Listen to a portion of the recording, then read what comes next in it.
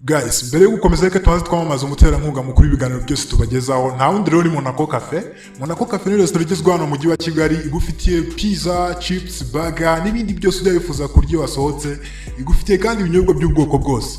Muri Monaco Cafe ushobora kuhasohokera uri kumwe n'inshuti, uri kumwe n'umuryango, ushobora kuhafatira anniversaire. Nta hantu ushobora gusohokana umukobwa ugutereta ubundi akaguza ku nkeke akubwira atari kubundi hazaritse tugasubira haha.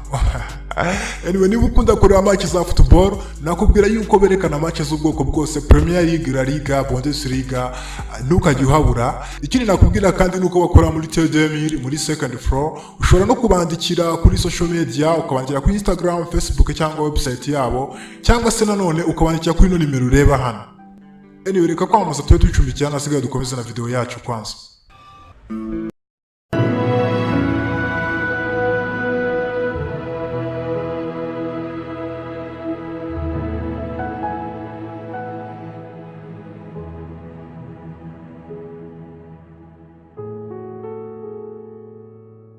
We are innocent.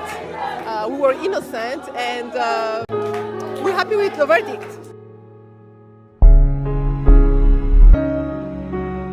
Ndashima Imana cyane kuko abantu bararenganya ariko Imana irarenganura.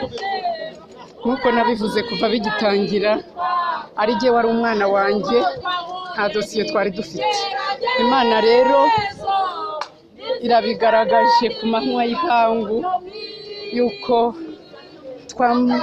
twambaye imyenda yera ku manywa y'ihangu, noneho ntabwo ikiri mu mutima gusa, ahubwo itwambitse imyenda yera ku mugaragaro, ihabwa icyubahiro. Ntabwo nigeze ngira guhangayika na gato kuko nari nzi yuko isaha igeze Imana irategeka, ntawe uyihagarara imbere. Nari nzi ko isaha y'Imana nigera Imana izaturenganura. Rero nari niteguye ikintu icyo ari cyo cyose kuko n'ubundi nta dosiye nari mfite, nta dosiye umwana wanjye yari afite.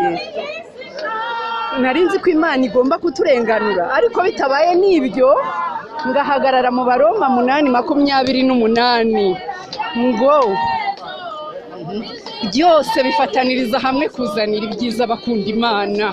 Niyo nongera kurenganywa hakaba ikinyuranyo kibi, nari kubishimira Imana.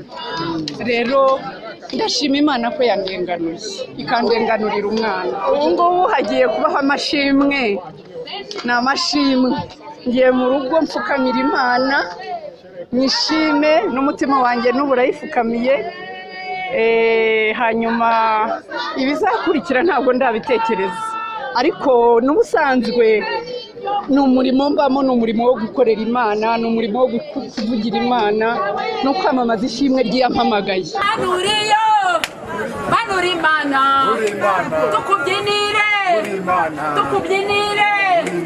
manura Imana, uri nyembaraga, ukora ibikomeye, umva gusenga kwacu, manura Imana, manura Imana, asante Yesu, yawe singiye abantu, imbaraga zawe singiye zawe.